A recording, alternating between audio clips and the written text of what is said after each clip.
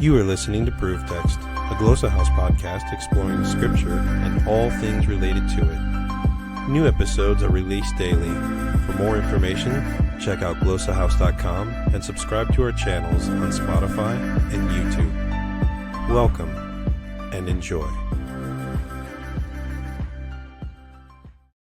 Shalom and welcome to this episode of SLA Insights.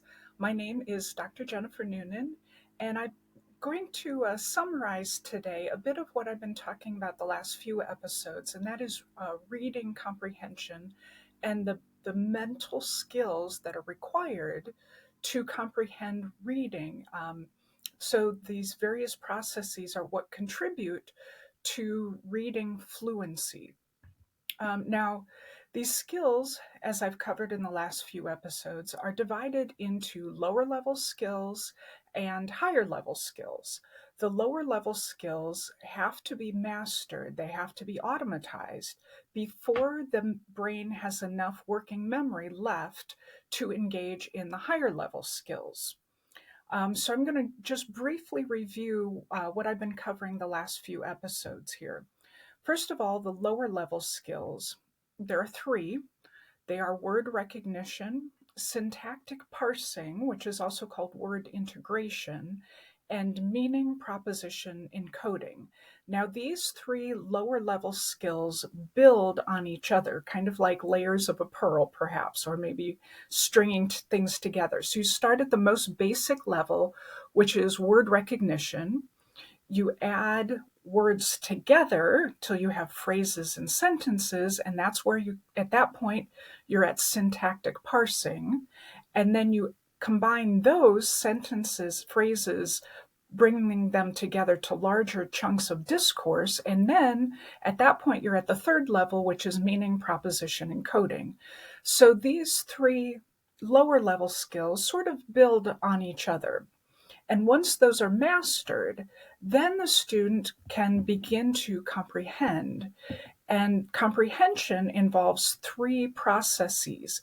And these three processes actually work together simultaneously. It's not a building process like the lower level skills. So the three higher level skills that are sort of going on all at the same time are first the text model of reading comprehension, where the meaning is gleaned sort of bottom up directly from the text, word by word, building meaning as the reader works through that text.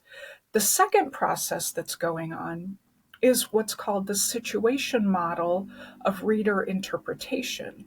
And this is the reader's construction of meaning using personal experience, past readings, general world knowledge, so more of a top-down where they're taking what they already know and working together with the text, what's being read from the text, to bring together and to understand and interpret what is being read.